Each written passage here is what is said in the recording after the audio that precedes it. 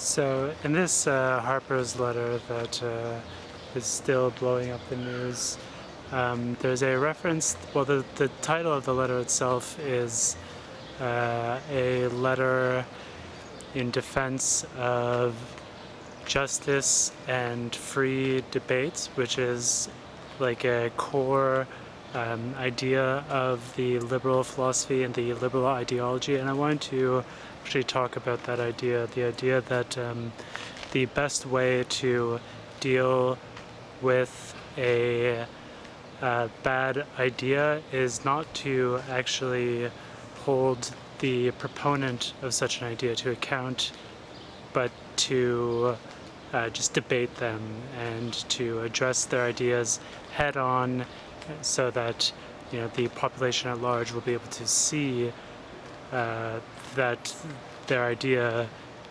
is not logically sound or whatever.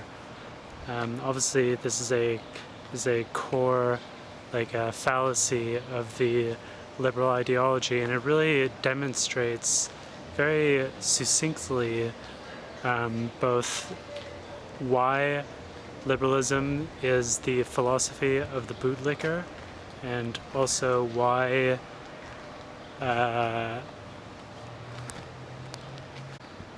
it is that we see these particular types of people signing these letters. For example, in this case, all of these bourgeois, petty bourgeois, like cushy types, these writers and like journalists and media people who are speaking from like a very cushy position, whether or not liberalism itself is necessarily tied to any class position. I don't think it is.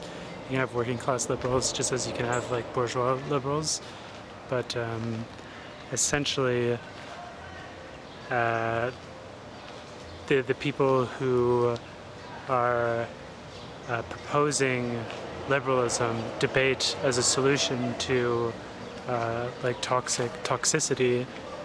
They are speaking from a position of privilege. So in the case of a class society where you have a minority class that is exploiting and oppressing and doing injury to a majority class, the only avenue that the liberal will allow us for a legitimate resolution to a legitimate means to actually change those class dynamics is through debate, free and open debate. There's no possibility of revolution that is illegitimate to the liberals' eyes because it involves some element of force. There's something non-consensual about the working class taking possession of the means of production. So it's like a very reformist philosophy, and the liberal wants the person who is speaking from the downtrodden position to both continue suffering in the meantime while they are doing the labor of trying to convince their oppressor to stop, to like relinquish their chains. And that is why I say that liberalism is the philosophy of the bootlicker, because to be able to like advance such an ideology in defense of like a minority class, it is just kowtowing to the minority class who is already in charge of things.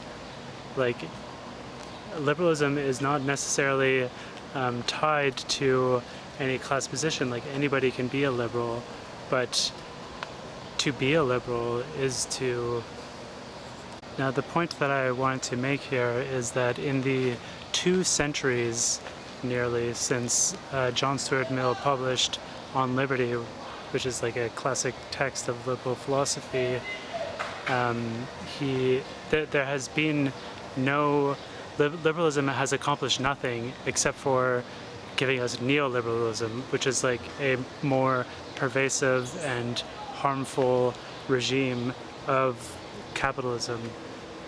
There has been these people who are signing this letter are advocating for liberalism because they think that through open debate you can change society, but no change has come about through open debate. The only changes that have actually significantly benefited the working class have been one through illegitimate struggle, through union action, through the working class going out into the street and forcing the ruling class to capitulate to their demands, to give them an 8-hour work day instead of just working them into infinity, to like no longer allow for child labor, to pay women on to some extent parity with men. All of these victories for the working class have not been fucking won through debate. They've been won through hard struggle, actually changing the material conditions. And another point that I want to make is that these institutions that determine our material conditions, that determine our social dynamics, the dynamics of a class society, they're material institutions. They're not ideal fixtures.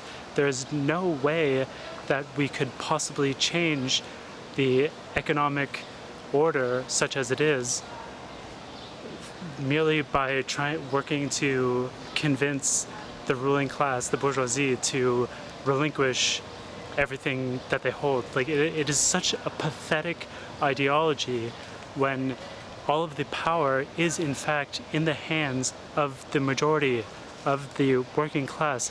It is so pathetic for liberals to try to convince that majority that they should be nice to these people who are perpetuating both a moral crime against the majority population, as well as who are like logically compelled to perpetuate the status quo that benefits them. Of course, we're not going to fucking rely on somebody like Jeff Bezos to relinquish his fortune because he has no reason to. Like, why the fuck would he ever do something like that? And why would we ask him to do something like that? We don't ask these people, we take what is ours.